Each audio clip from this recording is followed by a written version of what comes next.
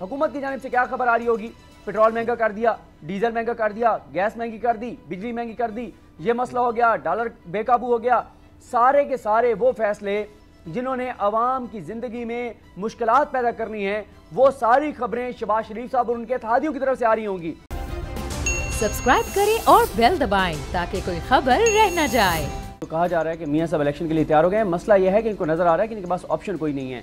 पंजाब इमरान खान के पास है, चौधरी परवेज लाइक साहब के पास है। और ये जो एक आपने अपने इंट्रो में भी बात की और आपने सवाल उठाया कि इमरान खान फौरी इंतखाबात के मुतालबे से थोड़ा सा पीछे हटते हुए नजर आ रहे हैं। PTI के एक अहम इजलास में इस बात पर डिस्कस किया गया और कहा गया कि अगर हम इस हुकूमत को, वफाकी हुकूमत को चलने देते हैं, अगर हम पंजाब में जो है वो कम से कम 3 से 4 महीने डिलीवर करते हैं, और डिलीवर क्या करना है, तो इसकी चीज़ों को बेहतर करना है। और आपको पता है कि पंजाब के पास चीज़ें हैं कि वो सूबे में पैसा खर्च कर सकते हैं, लेकिन इस दौरान जब पंजाब गवर्नेंस को बेहतर कर रहा होगा, हेल्थ कार्ड को आगे बढ़ा रहा होगा, हेल्थ कार्ड में नई चीज़ें ऐड कर रहा होगा, लंगर खाने खोल रहा होगा, पनाहगाहें खोल रहा होगा, और चौधरी परवेज लाई आपको एक्टिव नजर आ रहे होंगे। और आपको पता है कि मीडिया का रवैया चौधरी परवेज लाई साहब के साथ वो नहीं होगा जो उस्मान बुज़दार के साथ था।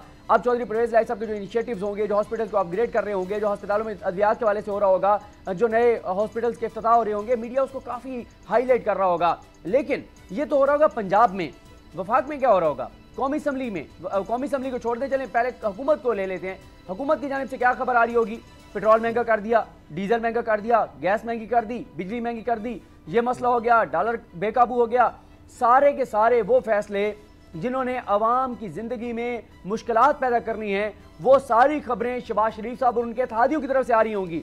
और वो तमाम चीज़ें जो चौधरी परवेज लाई और पंजाब हुकूमत की तरफ से आ रही होंगी, वो ऐसे लग रहा होगा कि क्या बात है, क्या से क्या कर दिया है। ये जाहिर है परसेप्शन की गेम है ना, जो छोटी मोटी चीज़ें वो करेंगे, परसेप्शन भी बन रही होगी।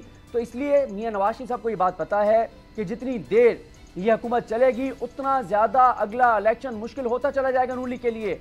आप बाकियों को तो छोड़ दें, इनके अपने जो हामी लोग हैं मीडिया के अंदर, जो बहुत सीनियर लोग हैं, उनके आप सुन लें, उनका वीलॉग सुन लें, उनका ट्विटर देख लें, उनका प्रोग्राम देख लें।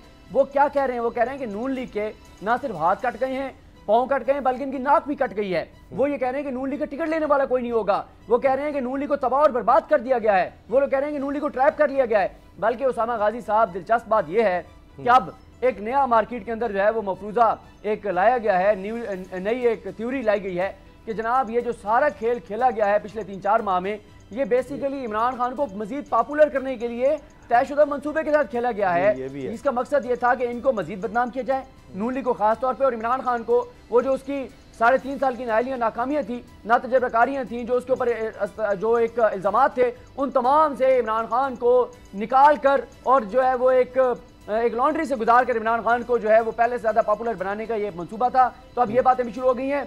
एक नहीं 1000% इलेक्शन की तरफ बढ़ रहे हैं।